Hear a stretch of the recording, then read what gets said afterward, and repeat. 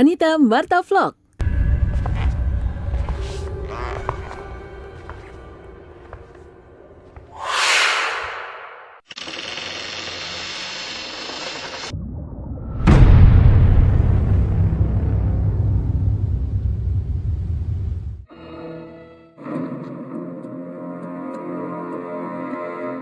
Percaya tidak percaya, kita hidup berdampingan dengan para makhluk tak kasat mata. Semua kisah-kisah mereka terus menjadi misteri dan melegenda seiring usia. Dan inilah beberapa kisah misteri yang menegangkan, yang sudah terangkum dan siap membuat kalian semua berdebar dalam legenda Sang Penunggu. Anita Marta Vlog kali ini akan menguak para pengisi suara di balik program-program misteri, baik di stasiun TV atau di YouTube channel.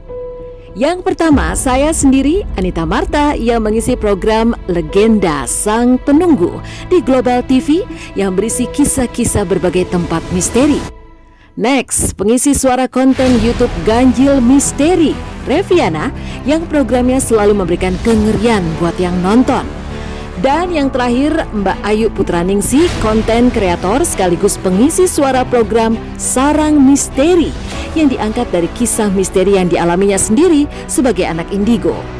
Ketiga voice over talent program-program misteri ini ternyata memiliki kekhasan masing-masing saat membacakan narasi yang sama-sama berisi kisah-kisah misteri.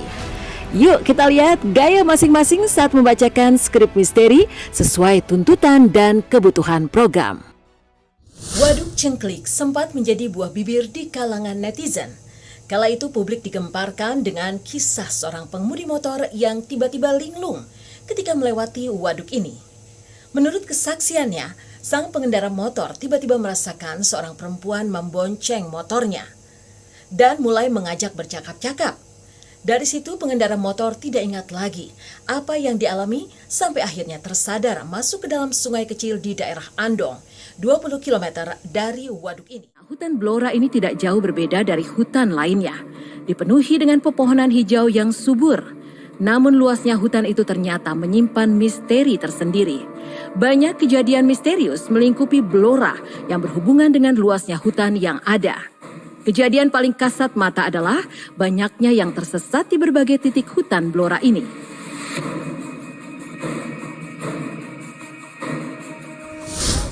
Lala tidak menyadari bahwa darah datang bulan yang menghilang ternyata diserap kuntilanak.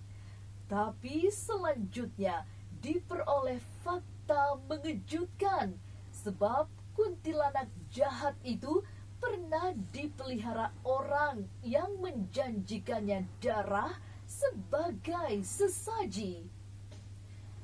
Setelah mengetahui diperdaya kuntilanak, Lala berusaha mengusirnya. Setelah dewasa, keanehan terus terjadi karena kemampuannya melihat dan berkomunikasi dengan makhluk halus semakin kuat.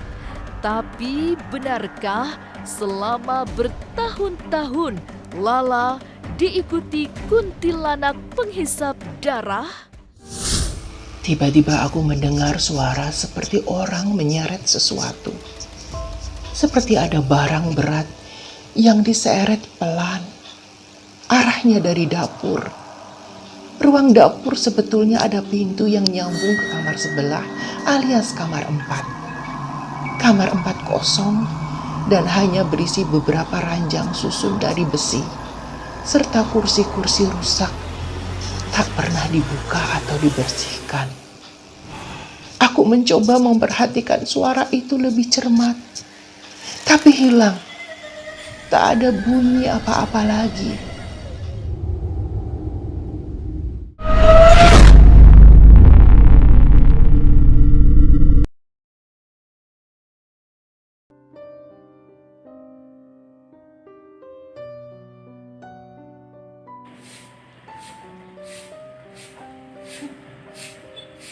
Sore itu Pak Bon masih juga membersihkan halaman depan meskipun hari sudah dekat maghrib. Potongan rumput teronggok menumpuk bersama dedaunan kering dan sampah. Pohon melati yang tumbuh tepat di depan teras memang selalu dirawatnya. Tak ada tanaman lain, hanya pohon melati satu itu saja pas di depan kamarku. Dan aku sering memetik bunganya. Aku taruh di kamar, lalu aku letakkan di meja kamar. Lumayan sebagai pewangi. Thank you for watching.